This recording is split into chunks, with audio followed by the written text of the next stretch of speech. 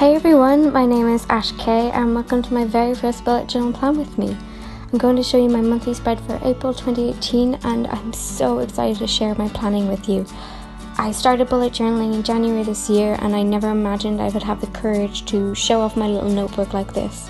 But I'm already so proud of some of the spreads I've created in the past and I decided to take a leap of faith and start this channel.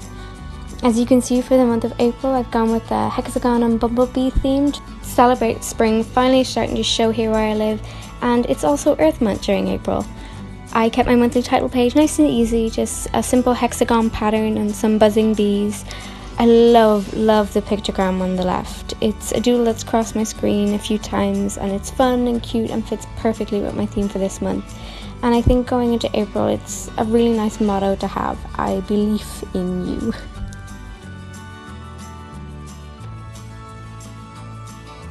Onto my month at a glance, I have a simple calendar layout, very straightforward. There are lots of pencil marks all over my page, and one of the reasons for this is that the hexagon shapes are quite tricky to do freehand, so I did go in ahead of time and stencil them in.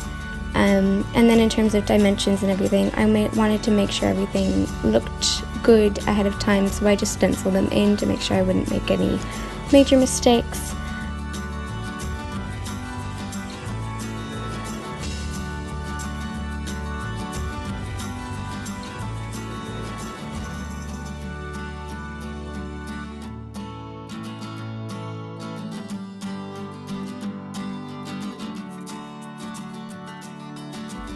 My layout does look a little bit busy, but everything that is on my month at a glance page are things that I have found I needed over time, such as I've got my events at a glance because I like them listed as well as in my calendar, my waiting on box for anything I've ordered online over time in case I do any in work and want to just double check I have actually been paid for it, and my to-do list, so that's anything that's not time specific or day specific.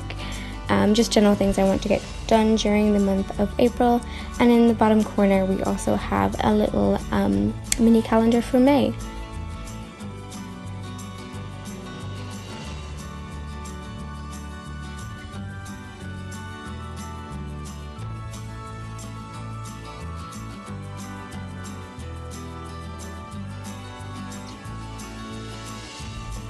Next up are my budgeting and spending log pages, very practical, very straightforward. I've got it divided up into categories, income and expenditure, and these don't change too much month to month.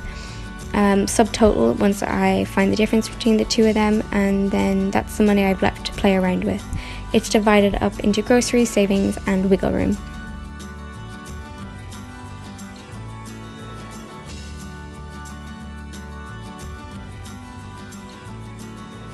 There's a little section in groceries where I can track what I spend on a weekly basis. Savings, I have a goal and an actual, and something new I'm adding this month is a savings account log, just so I can track what's being put in and taking out of my savings account. And wiggle room is anything that I want to buy for myself, or if I want to eat out any night. It's like my one for all category. I do have two smaller sections in here, one for a friend's birthday and one for the colour run because it's going to cost me to register for that. It's just a section for miscellaneous and recreational activities. On the right I have my spending log, so I just write a description of what I've bought, how much it cost, and I have a coding system.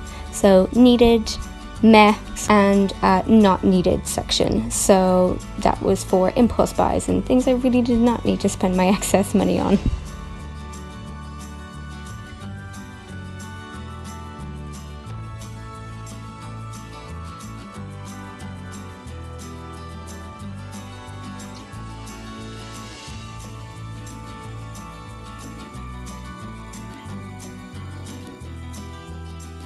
This next spread is for all of my household related tasks. I've got two shopping lists, a big list and a weekly shop list.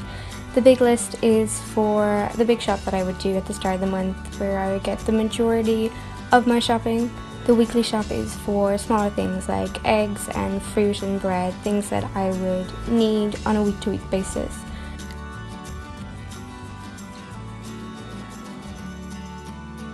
I've got a little freezer tracker so I know what I currently have in stock for when I'm doing my meal plans. And I also have a little chore list just so I can keep on top of all the chores I have to do this month or I have done, just the big things that need to get done every single month. This next spread is one that is new for me, and it's purely because I knew I was planning on doing this video. It's a YouTube brain dump, just somewhere I can put my YouTube related to-do lists, any ideas that I have, any notes I think I might need, or any tips I might have for future me relating to this channel. My next spread is both a new and an old spread. It is a mammoth size sleep tracker. Along the side I have listed out all the days of the month. It tracks everything from start time, the specific hours I've slept, the total hours I've slept, the finish time, the percentage according to the app that I also use, if I took a nap that day, and what my bedtime activity was. And I've also made a little lunar calendar just to track the moon phases because it does affect my sleep. I did have to list out all of the hours in my full sleep tracker, and to be honest, I don't think I'll do it next month because it did take a lot of time, but I am excited to see how this will work in the future. I did mess up because I stopped recording all the numbers, but I forgot to hit record again, so you missed seeing me make my gratitude page and my good stories page, where I list off just little fun cute anecdotes that don't fit into any of my other spreads, but you do get to see them really briefly just here. Next up is my workout log and my workout goals, and it's just a tracker. I can see what I've done specifically on each day, if I focused on my arms or maybe my legs, or if I did a run or if I did a HIIT. And I've got a little section for notes so I can comment on if it was a good workout, if I wasn't really feeling it. I've got an area to list out my goals, which I'm really excited about because there's a lot I want to focus on this month. And here you also get to see me use the little stencil that I made. It was just a hexagon that I measured out on a piece of card and cut out, pasted on with a bit of tack, stenciled around it, and peeled it off again.